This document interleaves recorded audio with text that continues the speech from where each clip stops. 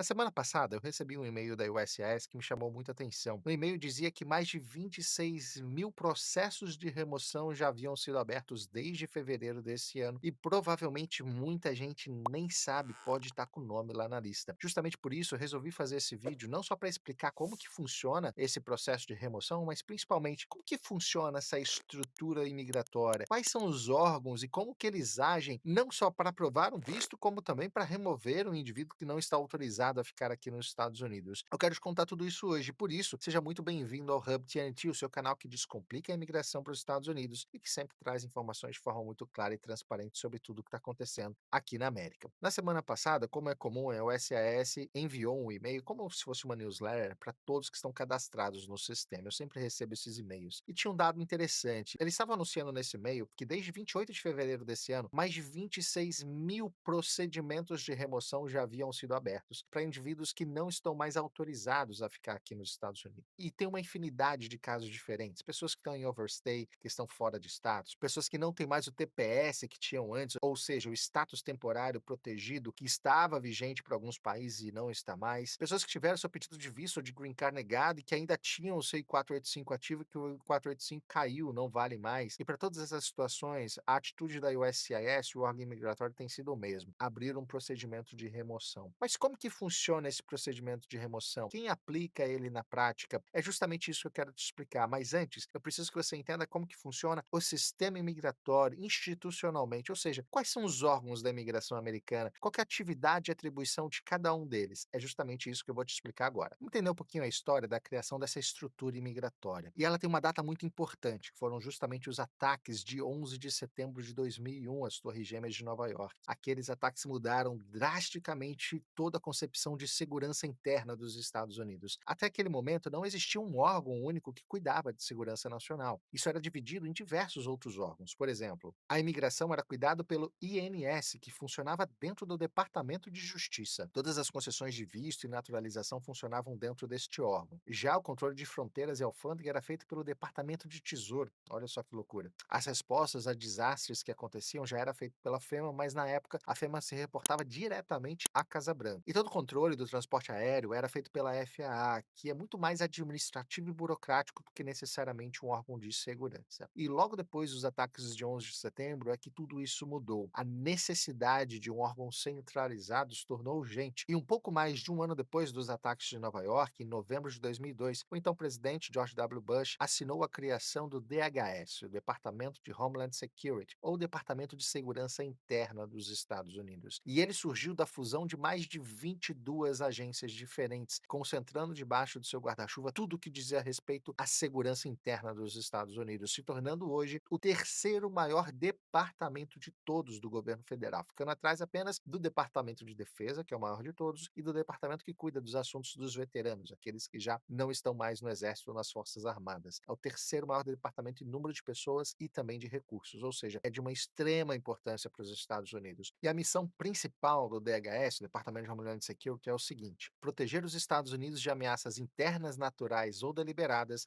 e garantir a segurança do povo americano. E ela se divide em pelo menos 6 grandes áreas. Quais são elas? A prevenção do terrorismo e a segurança das fronteiras americanas, o controle migratório e a administração da concessão dos benefícios imigratórios também, resposta e recuperação a desastres naturais, cibersegurança e proteção à infraestrutura crítica essencial para o país continuar funcionando, e cooperação internacional e compartilhamento de inteligência. Esses são os 5 pilares da atuação. Desde o início das suas atividades, lá em 2003 até agora, passou por diversas mudanças e ganhou cada vez mais importância, sendo inclusive um dos responsáveis pela criação do Real ID, aquele programa de identificação federal, onde você consegue emitir um documento válido em todo o país, desde que você consiga comprovar a sua presença legal aqui nos Estados Unidos. São vários os órgãos e agências que compõem o DHS, mas eu quero explicar pelo menos 3 que são diretamente ligados à imigração e um quarto que tem tomado cada vez um papel mais importante para quem é imigrante aqui nos Estados Unidos. O primeiro deles e o mais conhecido é o USCIS, que é a Agência de Serviços de Imigração e Cidadania dos Estados Unidos. É justamente a USCIS que assumiu boa parte das funções que era da INS, que ficava debaixo do Departamento de Justiça. E justamente por isso, ela é responsável pela concessão de vistos, pelo processo de naturalização, pela concessão de asilos e outros tipos de proteção. É o órgão que mais representa os serviços imigratórios aqui dentro dos Estados Unidos e está muito concentrado toda a parte burocrática e administrativa da concessão de vistos e green cards aqui dentro dos Estados Unidos. O papel dela basicamente é administrar a concessão de todos os vistos, green cards e naturalização que acontecem aqui no país. O segundo órgão muito importante é o CBP, a agência que cuida justamente das fronteiras e da alfândega dos Estados Unidos. É esse órgão que controla a entrada e saída de tudo que tem dentro do país, tanto nas fronteiras marítimas, terrestre e aérea. É justamente com um agente do CBP que você fala quando você entra de avião aqui nos Estados Unidos, passando no aeroporto. Aquele agente que faz a sua inspeção inicial é justamente um dos agentes do CBP. Além de fazer o controle de todos os imigrantes, ele tem um papel principal, não só de evitar a imigração irregular, como também o controle e o combate ao tráfico de drogas internacional entrando pelas fronteiras americanas e também pela inspeção de mercadorias que passam pela alfândega. Tudo isso é trabalho do CBP. Já o terceiro deles é o ICE, é justamente a Polícia Imigratória. E não estamos falando só de imigração, é justamente ela que aplica as leis federais, não só em relação à imigração, como também à alfândega, ou seja, a polícia que age diretamente nesses assuntos. Ela é responsável não só pela prisão e deportação dos imigrantes ilegais, mas também pelo combate direto ao tráfico humano, pessoas que vêm contra sua vontade para os Estados Unidos. O ICE tem um papel fundamental no combate a esse tipo de crime. Além disso, o ICE tem um papel muito importante também na fiscalização de empresas que empregam mão de obra majoritariamente imigrante, justamente para evitar mão de obra escrava aqui nos Estados Unidos. Esses três órgãos são totalmente ligados à imigração, mas eles funcionam de forma totalmente independente, não tem uma hierarquia entre eles. Isso não significa que eles não trabalham em cooperação. Cada vez mais, ainda mais no atual governo, eles estão mais integrados, os sistemas migratórios se conversam e todos eles trabalham em conjunto. Por exemplo, aquela notícia que a gente deu no começo, que o ICE está promovendo a retirada de pessoas, ou seja, promovendo a remoção de indivíduos que não estão mais autorizados a estar aqui nos Estados Unidos, quem efetiva essa remoção é justamente o ICE. A USCIS determina o procedimento de remoção daquele indivíduo e quem vai executar a remoção daquele imigrante ilegal no país é justamente a Polícia Migratória, o ICE, que vai tentar identificar a localização, a prisão daquele ilegal e a remoção dele dos Estados Unidos. E como sistema integrado, o CBP também vai ter essa ordem lá e caso esse indivíduo já tenha saído dos Estados Unidos e a ordem tenha sido feita depois,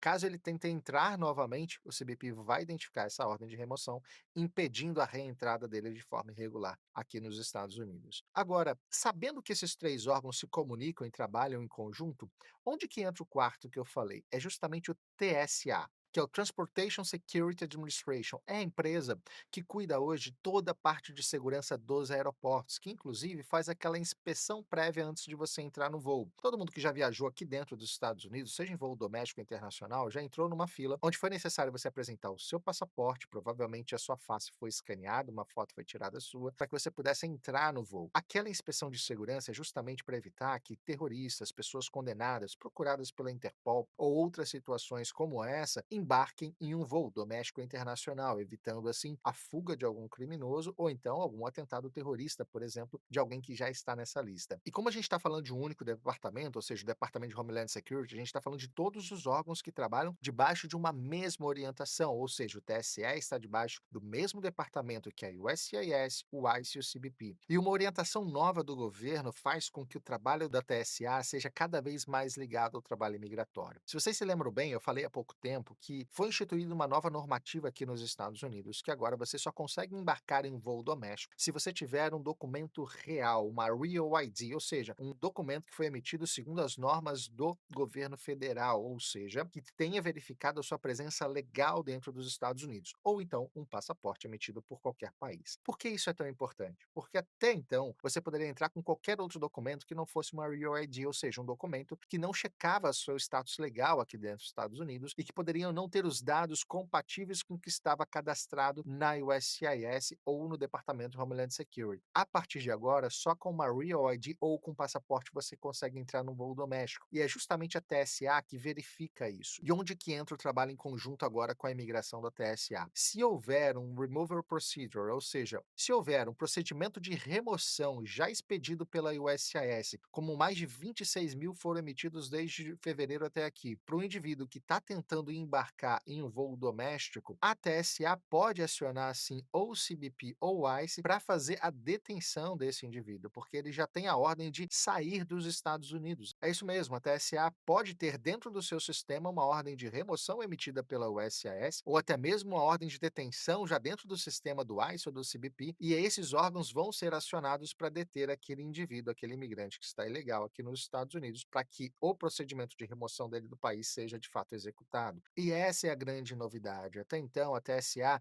não tinha nenhuma integração ou não fazia nenhum tipo de verificação sobre o status legal do indivíduo aqui. A partir de agora, existe a possibilidade de, se já houver emitida um procedimento de remoção pela USCIS para um indivíduo, o nome dele pode sim já estar na lista e a TSA pode fazer essa comunicação. Isso não significa que todo mundo vai passar por esse escrutínio. Muita gente ainda não teve o seu procedimento de remoção iniciado pela USCIS, mesmo estando irregular aqui nos Estados Unidos. Mas a gente precisa lembrar que a política está se apertando cada vez mais para os imigrantes ilegais. Depois do atentado que aconteceu lá no Colorado, onde um indivíduo que estava em overstay, ou seja, estava aqui além do seu tempo autorizado pelo seu visto, ateou fogo, jogou alguns coquetéis molotovs numa manifestação pró-Israel naquela região, isso fez com que o Departamento de Homeland Security, a USCIS, CBP e ICE acendessem um farol gigantesco em cima das pessoas que estão em overstay. E só para a gente lembrar, a cada semana, segundo o ICE, 2.000 novos procedimentos de remoção são instaurados pela USCIS. E essas pessoas podem ser não só serem interpeladas pelo ICE, como também pelo CBP. E agora, inclusive, tendo o nome no sistema, também pelo TSA, que pode comunicar justamente esses órgãos. Ou seja, o cerco se aperta cada vez mais para quem não está legal aqui nos Estados Unidos. Você provavelmente vai ouvir muita gente falando: não, não tem problema, pode viajar, tá tudo certo,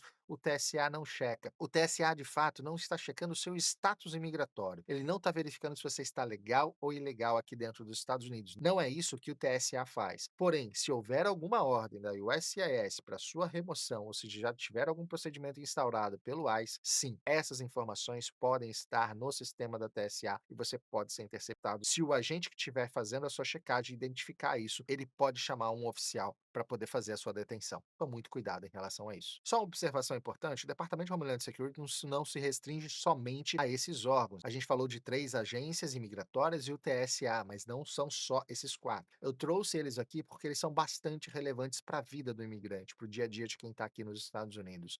E eu trouxe isso tudo para dar uma observação final. Se você está aqui dentro dos Estados Unidos, está assistindo esse vídeo, ainda não se regularizou, procura um escritório especializado, procura um advogado que consiga te ajudar, ou seja, consiga regularizar a sua situação. Não permaneça nos Estados Unidos de forma ilegal. O cerco está se apertando cada vez mais e passar pelo constrangimento de uma detenção, de uma prisão, é muito ruim. Eu sei que tem muito imigrante aqui levando uma vida justa, honesta, trabalhando, contribuindo com o país, mas a política imigratória é muito direta. Quem não tem autorização para estar aqui dentro já está passando por perseguição. Não seja mais um desses. Se você está numa situação como essa aqui, procura o mais rápido possível algum profissional para poder ajudar a resolver essa situação, para que você não caia nessa armadilha e fique numa situação muito mais complicada aqui nos Estados Unidos. Bom, se você chegou até aqui, muito obrigado mais uma vez pela sua companhia. Se você gostou desse vídeo, por favor, deixa o seu like aqui, ajuda muito a crescer o canal. Compartilhe esse vídeo com alguém que possa interessar e não deixa de se inscrever. Todo dia a gente está trazendo vídeos novos, notícias novas. Você vai receber notificação de toda novidade que a gente trouxer aqui. Mais uma vez, obrigado pela sua companhia. Até a próxima. Tchau.